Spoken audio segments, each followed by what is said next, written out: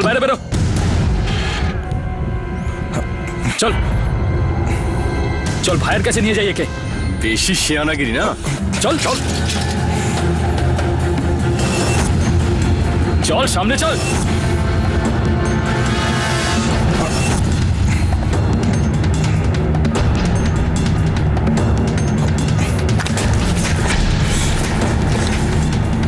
চলো এদিক দিয়ে চল।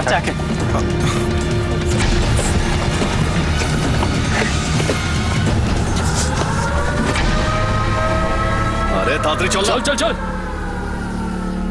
এই সিঁড়ি আছে, নামতে হবে। এই সাবধানে। চল, এই দেখে ওঠ।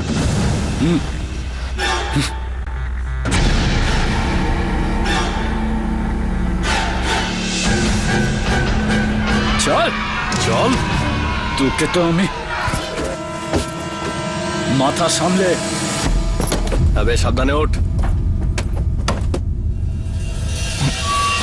এর পট্টিটা খোল। দাদা এই, দাঁড়া। খুব বেড়েছিস হ্যাঁ? ওই প্রডিউসার, চোখ খোল আর দেখ কে এসেছে। এই ওর পট্টি খুলে দে। দাদা দাদা কে কে তুমি? দাদা আমি সুলেমান। দাদা দাদা আমি এ কে রে তুই? আমি ওনার ভাই। শালা, এ বলছে তোকে চেনে না। তুই কোথা থেকে এসেছিস? তুই এর কে হোস বল। কে হতে পারি আমি? আমি আপনাদের জন্য এই এতগুলো টাকা এনেছি, 25 লাখ টাকা। কে হতে পারি আমি? আর আপনি বলছেন ও আমাকে চিনতে পারছে না? আরে মেরে মেরে তো ওর অবস্থা খারাপ করে দিয়েছেন আপনারা। আরে এরকম অবস্থায় কি কেউ কাউকে চিনতে পারে? আপনারা আমাকে বিশ্বাস করছেন না না? এই দেখুন কটা আঙুল আছে।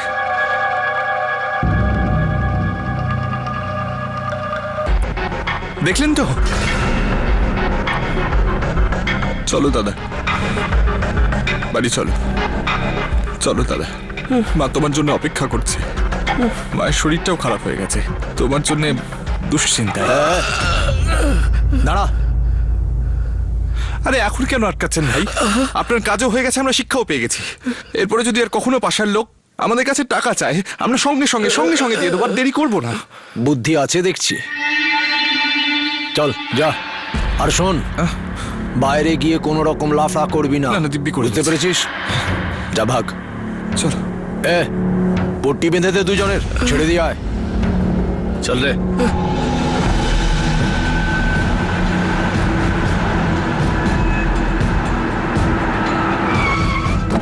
চল চল চল বাইরে বেরো। আর পট্টিটা 10 সেকেন্ড পরেই খুলবি, বুঝলি? এই চল।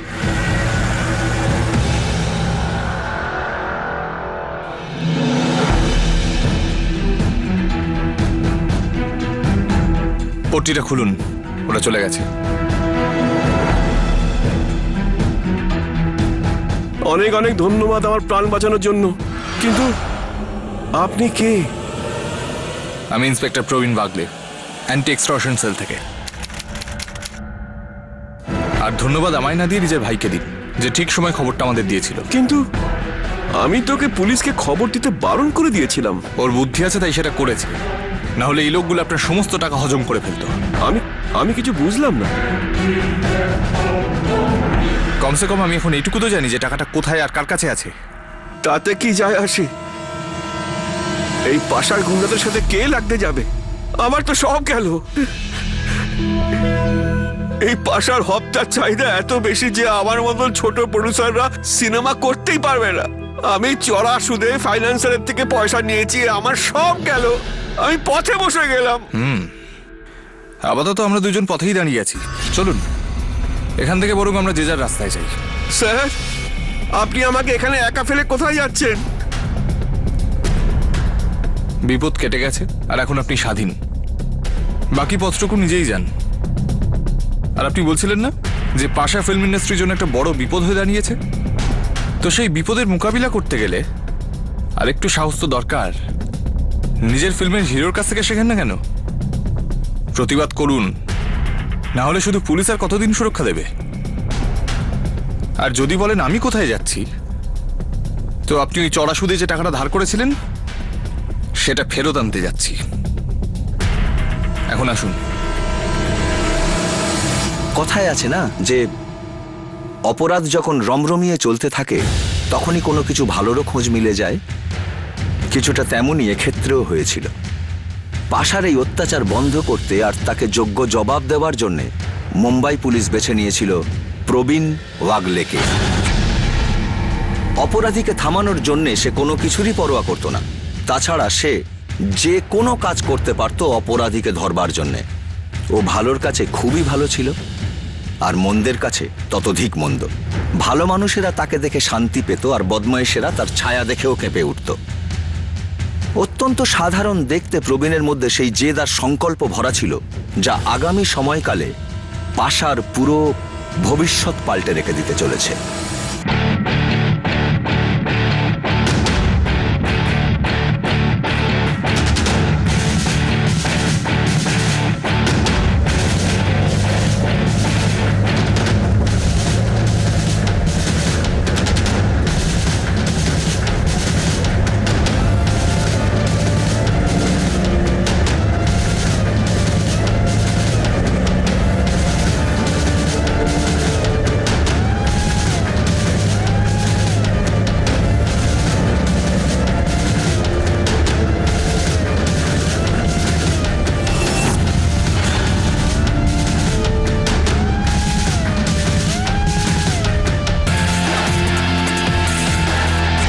চল চল।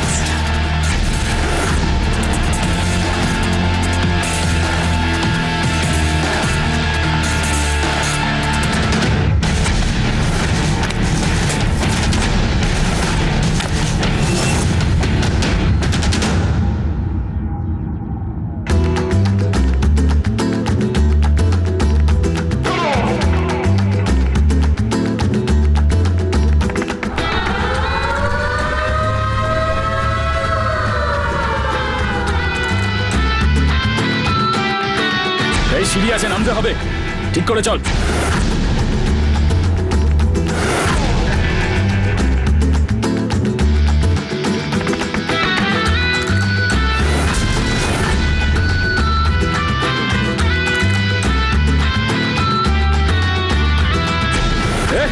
চল।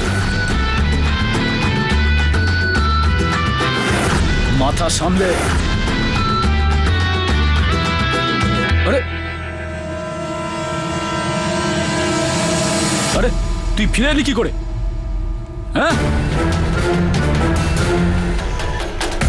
বল।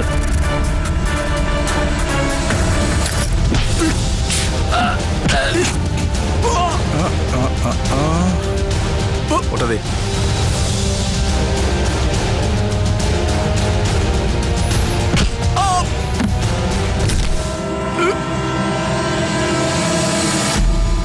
কেউ যদি একটুও চালাকি করে না, এই সমস্ত গুলি ওর শরীরে ঢুকিয়ে দেবো।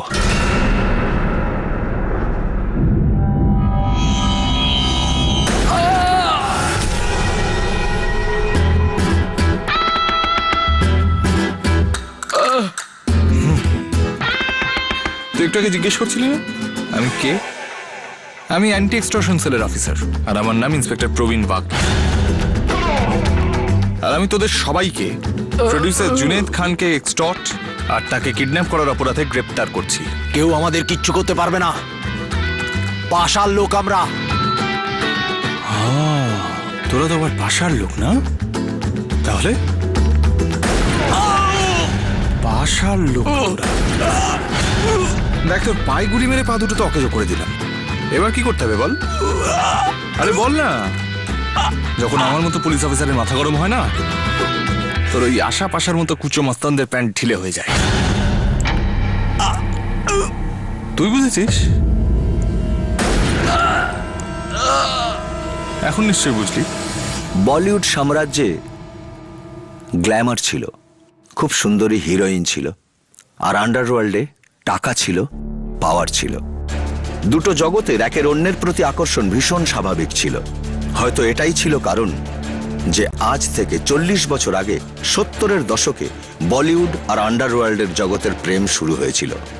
সেই সময়ের এক ডন এক উদ্ভিন্ন যৌবনা হিরোইনের প্রেমে পড়ে বলিউডের সাথে সম্পর্ক তৈরি করে। আর নিজের প্রিয়তমার জন্য ফিল্ম প্রডিউসও শুরু করে, আর ফাইন্যান্সও। আর যখন ডন নিজেই এত গ্ল্যামারাস একটা পথ দেখালো, তখন বাদবাকি গ্যাংস্টারেরা কেনই বা পেছনে পড়ে থাকবে?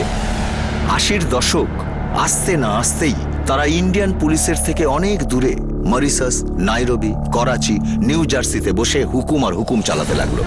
আর তাদের পেয়াদারা এখানে অপরাধের রাজত্ব চালাতে লাগলো। বলিউডেরও ফিল্ম বানানোর জন্য অর্থের দরকার ছিল, কারণ ভারত সরকার ফিল্মকে শিল্পের মর্যাদা দিতে একেবারেই রাজি ছিল না। আর সেই জন্যেই কোনো ব্যাংক বা বাণিজ্যিক অর্থনৈতিক সংস্থা ফিল্মে অর্থলগ্নি করতে চাইল না। এই মৌকায় সুবিধে ভোগ করতে আন্ডারওয়ার্ল্ডে পাশার মতন গ্যাংস্টারেরা জরুরি ভিত্তিতে প্রডিউসারদের মারাত্মক চড়া সুদে অর্থ দিয়ে জোরদার লাভ কামাতে লাগলো। পাশা তো এমনিতেও বলিউডের ভক্ত ছিল, তাই সে পরে পরে নিজের ছেলেদের নামও তাই রেখেছিল যা তার ফেভারিট হিরোদের নাম ছিল। ऐसी दीवानगी পুলিশের এক আধটা ঠোকরে কি করে বন্ধ হয় ভাই সাহেব? উল্টে আরো বেড়েই উঠতে চায়। পাশা ফিল্ম ইন্ডাস্ট্রিতে নিজের শিকড় দুর্বার গতিতে ছড়াতে লাগলো, আর এই কাজের জন্য হেগড়ে তার মহাসঙ্গী ছিল, যাকে ভালো করে বাজিয়ে পাশা নিজেই এই কাজের জন্য বেঁচেছিল, যাতে হেগড়ের মাধ্যমে সে ফিল্ম ইন্ডাস্ট্রিতে মানে বলিউডের বুকে একচ্ছত্র রাজত্ব করতে পারে।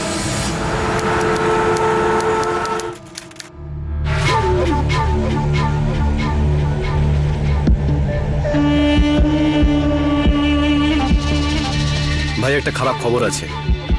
অ্যান্টি এক্সটর্শন সেলে একটা কড়া পুলিশ অফিসার এসেছে, প্রবীণ ওয়াগলে।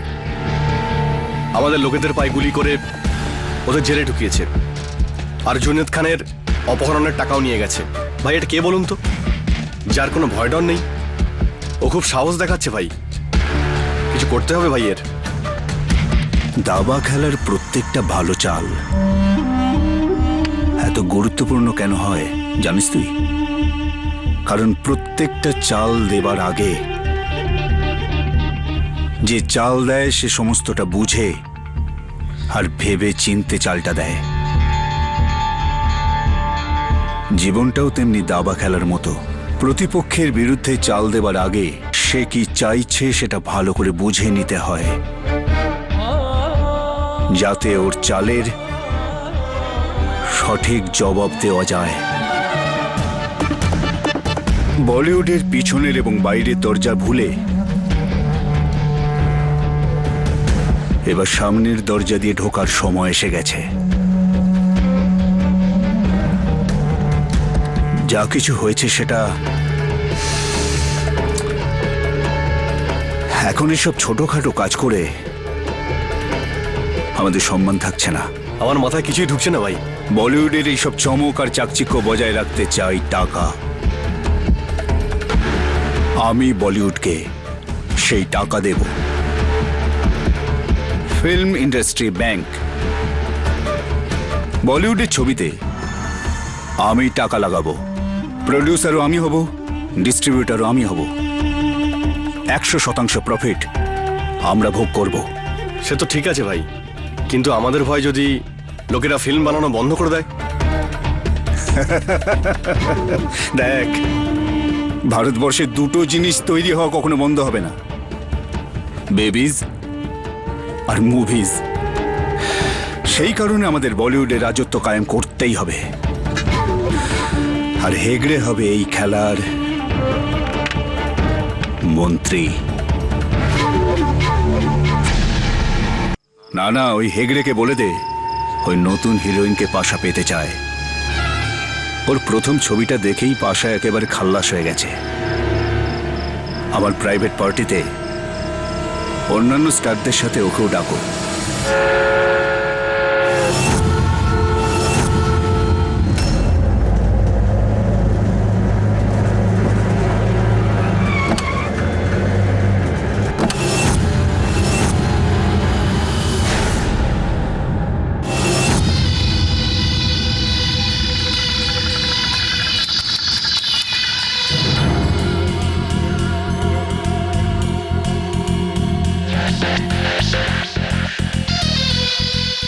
এই স্পট দুটো চেয়ার এনো তাড়াতাড়ি।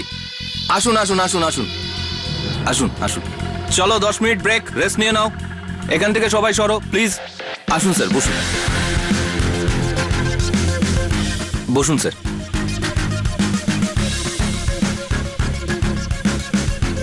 একটু জল নিয়ে এসো, তাড়াতাড়ি তাড়াতাড়ি, ফটাফট। হ্যাঁ এগড়ে স্যার, কি নেবেন বলুন। আমি এখানে কিছু নিতে না, দিতে এসেছি। ফোনে তো কথা হয়ে গেছে, 50 পেটি গাড়িতে রাখা আছে, 30% সুদ এবার, 30% বক্স অফিসে যা কালেকশন হবে তার 60-40 ভাগ হবে। 60 আমার আর 40 তোমার। লোকসান যেন না হয় এবার, আর যদি সেটা হয় তো বুঝে গেছি ভাই, বুঝে গেছি। হেগড়ে স্যার, একটা বড় প্রজেক্ট আছে, কিন্তু ওখানে সনম খান, দুটো বড় হিরোইন রুবি, সোমিয়া, এদেরকে চাই। এদেরকে আপনার প্রজেক্টে একটু নেওয়ার ব্যবস্থা করতে হবে। কাজ হয়ে যাবে। হেগড়ে সাহেব, আপনি হয়তো খুব বড় ফাইন্যান্সার হতে পারেন, কিন্তু আপনি জানেন তো যে আমি নতুন প্রডিউসার আর আননোন সেটআপের সাথে কাজ করি না। আর এই কথাটা আমি আগেও দুবার আপনার লোকেদের বলেছি। ভালো হয় যদি এবার আপনিও বুঝে যান। সেটা আমি ভালোভাবেই বুঝে গেছি, এবার আপনি বুঝে নিন। আমার লোক আপনার পেছনে কন্ট্রাক্ট আর ঘোড়া নিয়ে দাঁড়িয়ে আছে। হয় আপনি কন্ট্রাক্ট সাইন করুন, না হলে ওরা আপনাকে এই জীবনের জন্য সাইন আপ করে দেবে।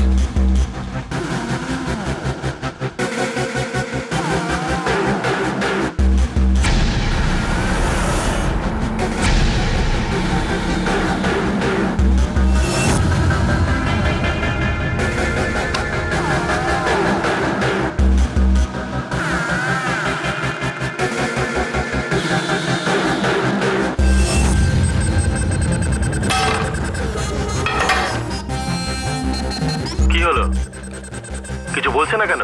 হ্যাঁ, রুবি কন্ট্রাক্ট সাইন করছে, ও আপনার ফিল্ম করবে। ভালোই হলো, আপনার জন্য আর আমাদের জন্য। রুবি মা, সাইন করে দাও।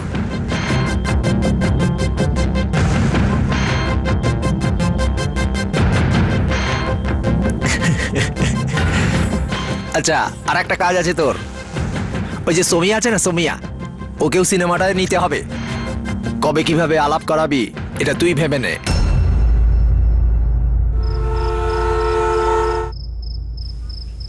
হ্যাঁ প্রেম, তোমাকে নেহাকে বিয়ে করতেই হবে। এটা তুমি কি বলছো রেনু? আমি তোমাকে ভালোবাসি, আর তুমি চাইছো যে আমি নেহাকে বিয়ে করি? হ্যাঁ রেনু, বিয়ে জোর করে করানো যায় না। বিয়ে 7 জন্মের বন্ধন হয়। যদি তোমরা আমার কথা না মানো, আমি এক্ষুনি এই মুহূর্তে নিজের প্রাণ নিয়ে নেব। না রেনু, এক্সেলেন্ট। क्या बात है রবি, Soumya, good, very good. Sanam, আপনি এত বড় স্টার হওয়া সত্ত্বেও নতুন প্রডিউসারের সঙ্গে কাজ করতে রাজি হলেন কি করে? এটার কোনো বিশেষ কারণ? হ্যাঁ কারণ তো নিশ্চয়ই আছে। ফিল্মের কাহিনীটা খুব ভালো। যখন এনারা এই ফিল্মের স্ক্রিপ্ট নিয়ে আমার কাছে এলেন, আমাকে শোনালেন, আমি খুব ইমপ্রেসড হলাম। আর খুব সৌভাগ্যবান অ্যাক্টরদেরই এরকম একটা ভালো স্ক্রিপ্ট আর এত ভালো লোকজনের সাথে কাজ করার সুযোগ মেলে। হেগড়ে স্যার, বলিউডে লাভের সাথে সাথে লোকসানও হয়, তাহলে আপনি এখানে ইনভেস্টমেন্ট করার রিস্ক কেন নিলেন? ভাই, আমি বিজনেসম্যান, আর শুধু বলিউডই কেন, প্রত্যেকটা ব্যবসাতেই লাভ লোকসান থাকে। রিস্ক না নিলে কি বিজনেস হয় নাকি? এখানে রুবি আছেন, সোমিয়া আছেন, আপনারা ওনাদের সাথে কথা বলুন। যান। আসুন আসুন, আপনারা এদিকে আসুন। আর আপনি সনম, যান, লোকেদের আনন্দ দিন, যান।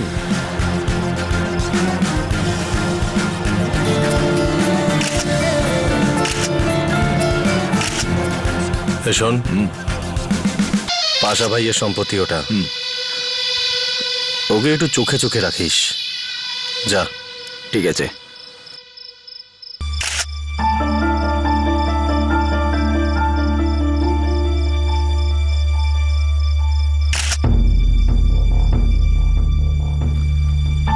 আসুন আসুন ম্যাডাম, আসুন, আপনারই অপেক্ষা করছিলাম। এসো, একটা ছবি নাও।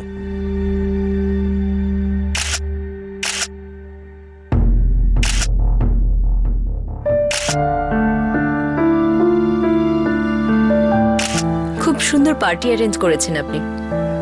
কংগ্রাচুলেশনস। থ্যাঙ্কস। আরে এটা তো কিছুই নয়, আপনি একবার আমাদের সাথে আর এই বড় বড় স্টারদের সাথে মরিসাস চলুন, ওখানকার আমাদের অ্যারেঞ্জমেন্ট দেখে তারপর বলবেন। পাশা ভাই আপনাকে ওনার প্রাইভেট পার্টিতে নেমন্তন্ন ছাড়াও বড় বড় ফিল্মে কাস্ট করার ইচ্ছা রাখেন, খুব বড় ফ্যান আপনার। যদি এরকমই ব্যাপার হয় তো আমি তৈরি। অসাধারণ, আসুন পার্টি এনজয় করা যাক। চল।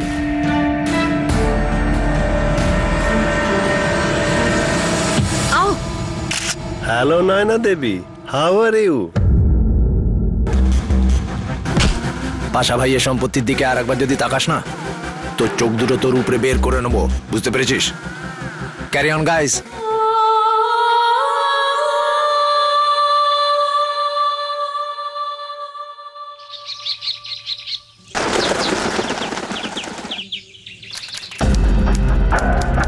বি গ্রেড প্রডিউসার আলী খানের হঠাৎ এত বড় ফিল্ম, এটা একটু আশ্চর্যজনক না? এমনকি এই ফিল্মের ডিরেক্টরও ওই যে বড় বড় গ্যাংস্টারদের ওপরে ফিল্ম বানানোর জন্য বিখ্যাত।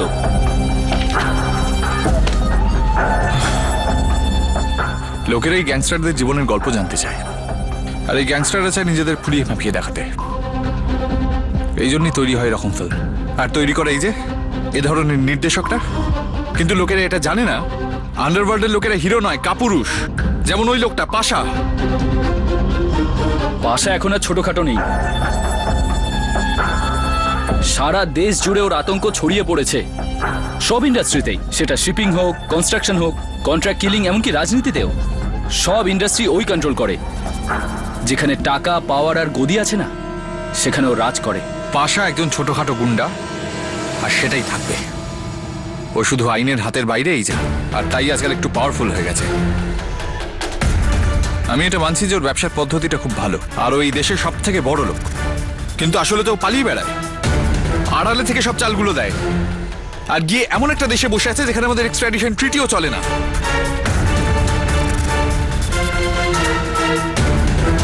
আশা আসলে পছন্দ করে একটু জাঁকজমক, প্রভাব প্রতিপত্তি, আর তাই এখন বলিউড ওর নিশানায়।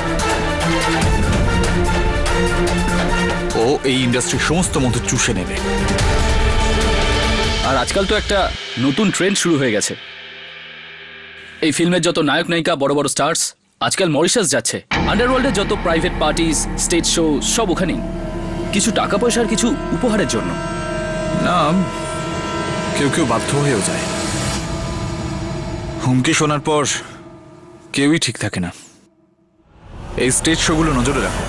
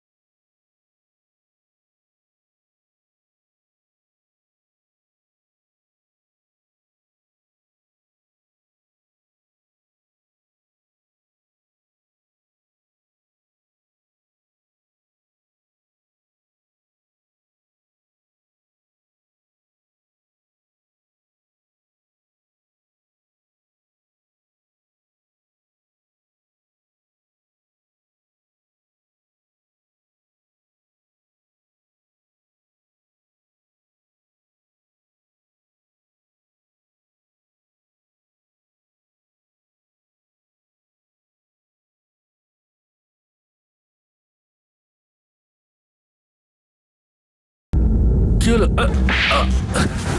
হ্যাঁ কিরে, খুব চর্বি হয়েছে তোর? দেবো না ওখানে নাচবি?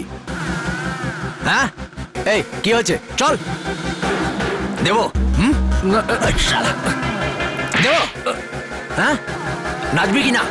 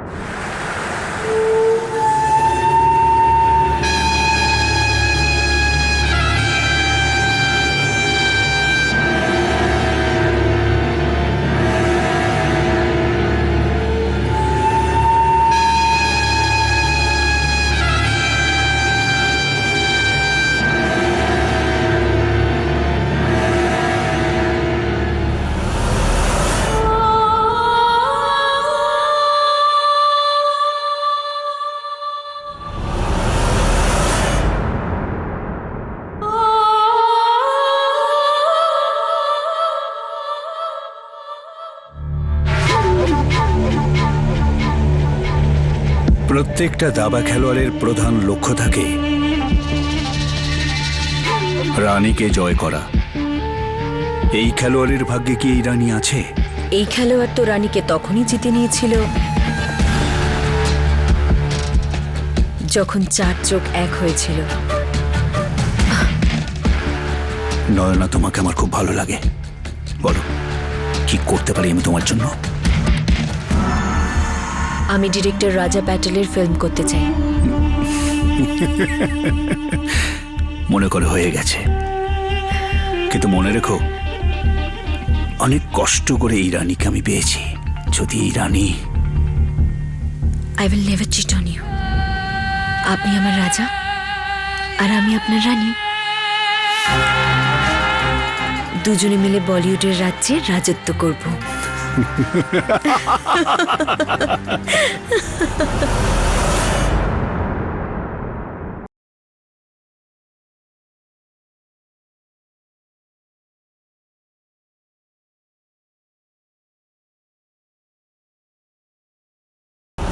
আমার সন্দেহটাই ঠিক।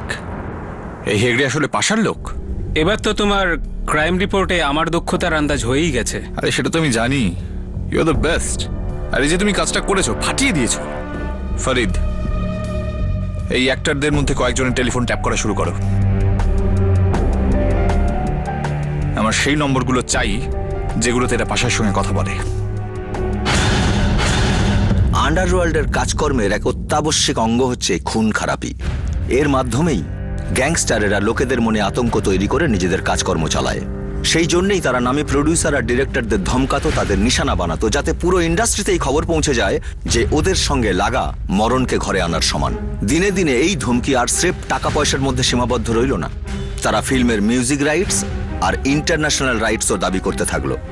তারা নিজেরা বিদেশে বসে থেকে বলিউডের সংগঠনের মধ্যেও নিজেদের জোর খাটাতে চাইছিল, নিজেদের নিয়ম চালু করতে চাইছিল। আর নিজেদের এই বাসনাকে পুরোপুরি সফল করার জন্য তারা সমস্ত বড় প্রডিউসারদের ধমকাতে থাকলো, যাতে তারা ওদের সামনে হাঁটু গেড়ে বসে থাকে আর কখনো কেউ বিরোধিতা করার চিন্তাও না করে। যেমন ঘোড়াকে কাবু করতে লাগাম হাতে নিতে হয়, তেমনি বলিউডের নিয়ন্ত্রণ পাশা নিজের হাতে নেবার জন্য প্রচণ্ড চেষ্টা করতে লাগলো। কিন্তু আমাদের ইন্ডাস্ট্রিতেও সাহসী লোক কম তো ছিল না। বেশিরভাগ লোকই ওর ধমকির সামনে মাথা নোয়াতে অস্বীকার করেছিল। আর আমরা সেই সমস্ত লোকেদের তাদের এই সাহসিকতাকে সালাম জানাচ্ছি। যাও। হ্যালো, রাজা প্যাটেল। পাশাভাই চান যে আপনার পরের ফিল্মের হিরোইন নয়নাই হোক। আপনার পাশা ভাইকে বলবেন আমার নেক্সট ফিল্মের হিরোইন আমি ডিসাইড করব, উনি না। বুঝেছেন?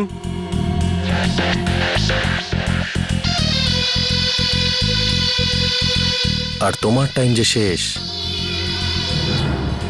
সেটা আমি ডিসাইড করে নিয়েছি।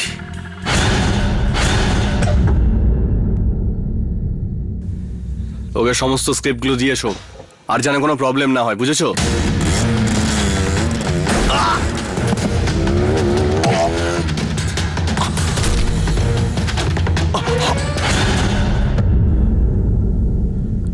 রাজা প্যাটেল, আপনি রিপোর্ট লেখানোর অবস্থায় আছেন? কারা করলো এই সমস্ত? আপনি কাউকে সন্দেহ করেন?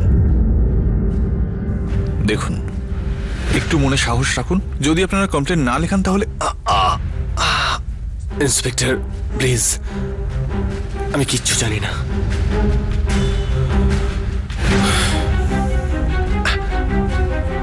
নবীন,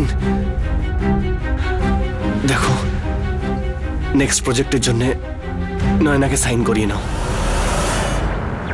tango coming tango coming tango coming tango coming. Tango reading. হ্যাঁ স্যার, মেসেজটা হলো বলিউডের একজন স্টারের সঙ্গে পাশার কথাবার্তা রেকর্ডিং হয়েছে। আমার ওই রেকর্ডেড কপিটা চাই, আমি এক্ষুনি পৌঁছেছি। চলো।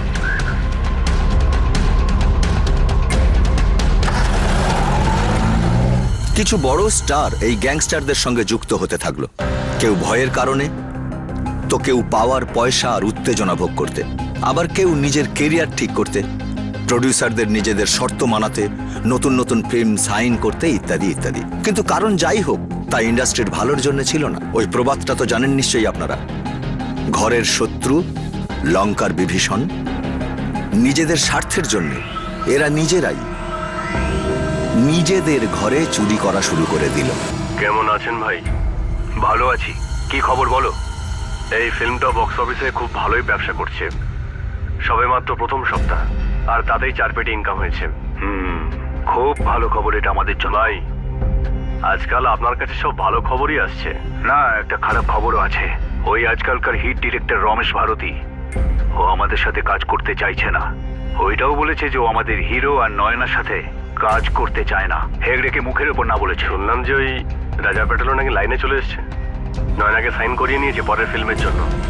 রমেশ ভারতীর বিসর্জনের ঘন্টা বাজাতেই হবে।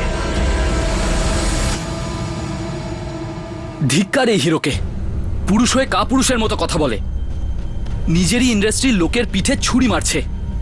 আমাদের একে এক্ষুনি অ্যারেস্ট করে এক্সপোজ করে দেওয়া উচিত। না না না ফরিদ, দাবা খেলার একটা নিয়ম আছে। যখনই তুমি জয়ের কাছাকাছি আসবে, তাড়াহুড়ো করে আর চাল দেবে না।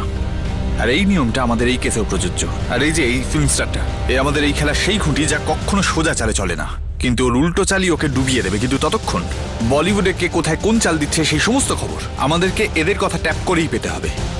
আর আমাদের এক্ষুনি রমেশ ভারতীকেও জানানো উচিত। আশা করছি যে ও রাজা পাটেলের মতো ব্যবহার করবে না, আর কোঅপারেট করবে। আমার আপনাদের সিস্টেম আর পুলিশের ওপর যথেষ্ট ভরসা আছে, কিন্তু আমি একটা ব্যাপার বুঝতে পারছি না যে আপনাদের কাছে ইনফরমেশনটা পৌঁছলো কিভাবে। হ্যাঁ, এই ব্যাপারটা সত্যি যে আমি আন্ডারওয়ার্ল্ড থেকে হুমকি পেয়েছি। ভারতীবাবু, আপনি ভয় পাবেন না, আমরা আপনাকে সব প্রোটেকশন দেবো। Thank you. আর আমি হেগড়ের বিরুদ্ধেও কমপ্লেন লেখাতে চাই। ও আমাকে ওর ফিল্মে কাজ করার জন্য আর ওর হিরো আর হিরোইন নয়নাকে নিয়ে কাজ করার জন্য খুব খারাপভাবে প্রেশার দিচ্ছে।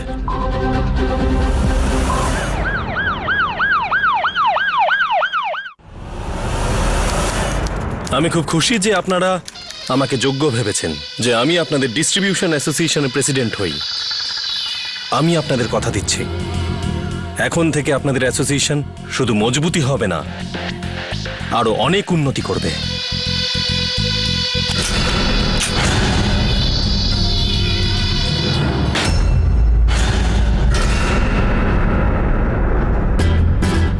চল হেগড়ে, সরকারি অতিথি হবার জন্য তৈরি হ।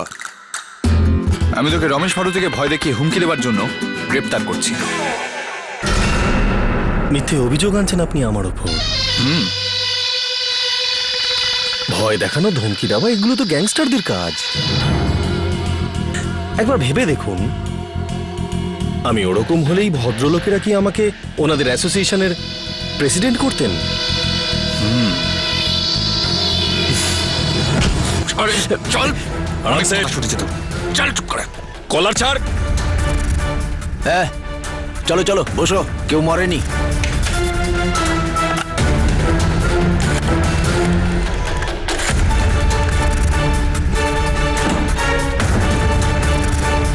এই লগাবে পড়ে থাকে। হেগড়ে বাবু, হেগড়ে বাবু, ওই খুব ট্রাফিক জ্যাম ছিল, তাতে আমি ফেসে গিয়েছিলাম। ইন্সপেক্টর, এটা অগ্রিম জামিনের কাগজ। আপনি আমার ক্লায়েন্টকে অ্যারেস্ট করতে পারেন না, দেখে নিন।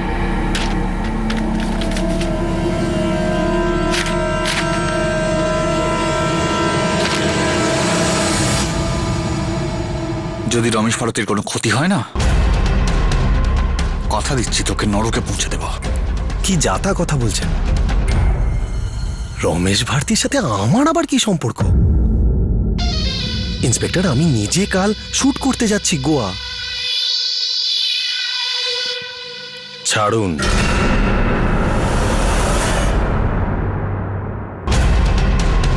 চলুন। Thank you inspector.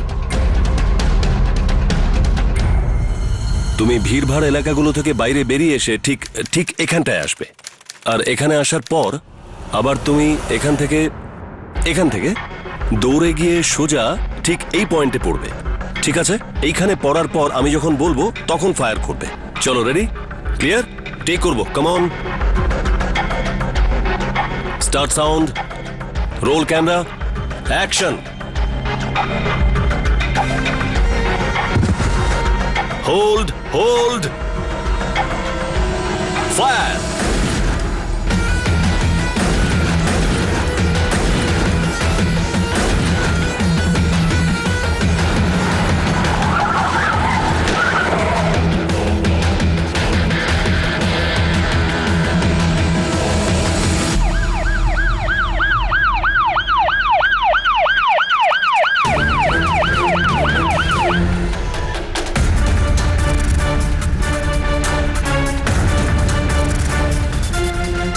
কি ব্যাপার, আপনারা যে কোনো লোককে কাজে নেন তাই তো? কোনো চেকিং এর দরকার হয় না?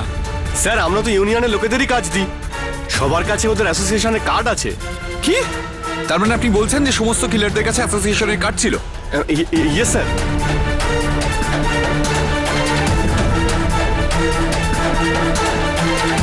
তার মানে হেগড়ের লোকজন বলিউডের সমস্ত ডিপার্টমেন্টে ঢুকে পড়েছে।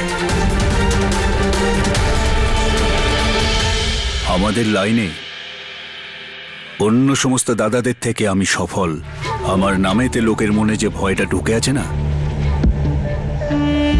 তাতে আমাদের ধান্দা টিকে আছে।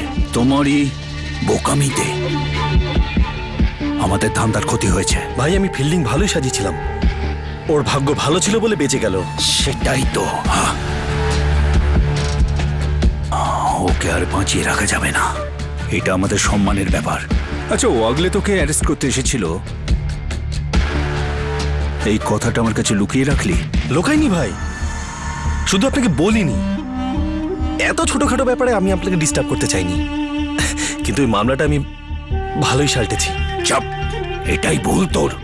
এই ওয়াগলে খুবই ধুরন্ধর পুলিশ অফিসার, বোম্বে পুলিশ ডিপার্টমেন্টের খুব নামজাদা অফিসার। ও 1 নম্বরের শুটার, ওর নিশানা কখনো ভুল হয় না। যে ওর সামনে পড়ে সে খালাস, খালাস। প্রত্যেকটা কাজও 100% সফল। কথা বলতে হবে ওর সাথে। নম্বরটা বল। ফরিদ, ভারতীয় শুটারদের স্কেচ তৈরি করো, সমস্ত ইনফরমারদের সঙ্গে দেখা করো, একটা না একটা লিড তৈরি করো। এই শয়তানগুলোকে ছাড়া যাবে না। বলিউড থেকে আন্ডারওয়ার্ল্ডের ছায়া মুছে ফেলতেই হবে। অনেক হয়েছে। ওই ফাইলটা নিয়ে এসো তো।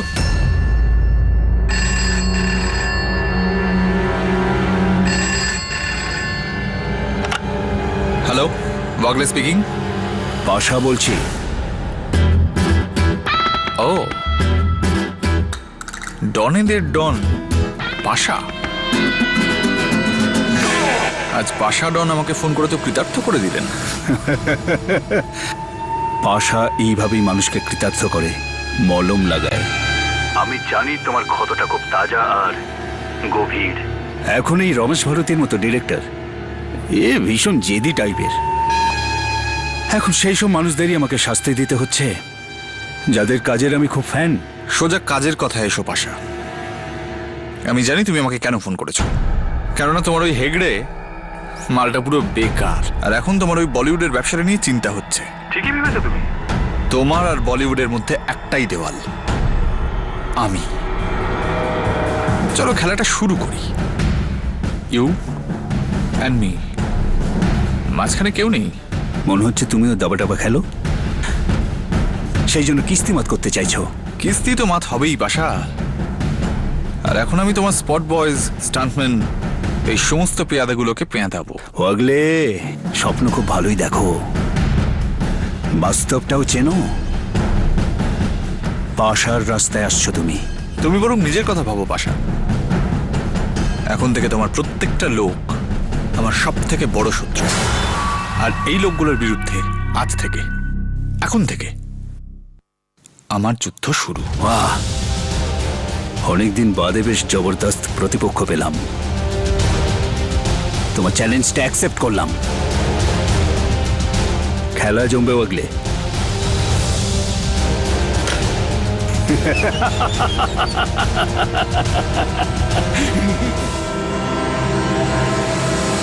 বলিউডে যখন আন্ডারওয়ার্ল্ডের অনুপ্রবেশ ঘটল তখন প্রকাশ্যে খুন, মুক্তিপণ আর খুন খারাপিও শুরু হয়ে গেল। আন্ডারওয়ার্ল্ডের টাকায় অনেক ফিল্ম শুরু হয়ে গেল।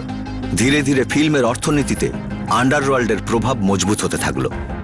আর আন্ডারওয়ার্ল্ড ডন পাশার সিদ্ধান্তেই ফিল্ম ইন্ডাস্ট্রি পুরোপুরি চলতে লাগলো। গ্যাংস্টারেরা তাদের চাহিদা আর শর্তগুলো এমনভাবে রাখতে শুরু করলো যেন সেগুলো তাদের জন্মগত অধিকার। আর যারাই না বলার ধৃষ্টতা দেখালো তাদের মৃত্যুদণ্ড হলো। বলিউড এক আতঙ্কের ছায়ায় চলতে শুরু করেছিল। আর প্রবীণ ওয়াগড়ের মতো কিছু সৎনিষ্ঠ পুলিশ অফিসার এই আবর্জনাকে সাফ করার চেষ্টায় দিন রাত লেগেছিল। কিন্তু একথা ইন্ডাস্ট্রিরও তো ভাবা উচিত ছিল যে কাকে আসতে দেবে আর কাকে নয়। যাই হোক, তো বলিউড আর আন্ডারওয়ার্ল্ডের সম্পর্কের সির্ফ আরম্ভ ছিল। আর যখন শুরুটাই এমন ছিল তখন তার পরিণতি কেমন হতে পারে প্রবীণ ওয়াগলেও সম্ভবত এটা আন্দাজ করেছিল। আর সেই জন্যই সে ঠিকও করে নিয়েছিল যে কোনো মূল্যেই হোক পাশা আর তার পার্শ্বচর হেগড়েকে বলিউড থেকে খেদিয়ে বার করে দেবেই। কি করে হবে সেটা সম্ভব দেখবেন এনকাউন্টারের আগামীকালের পর্বে।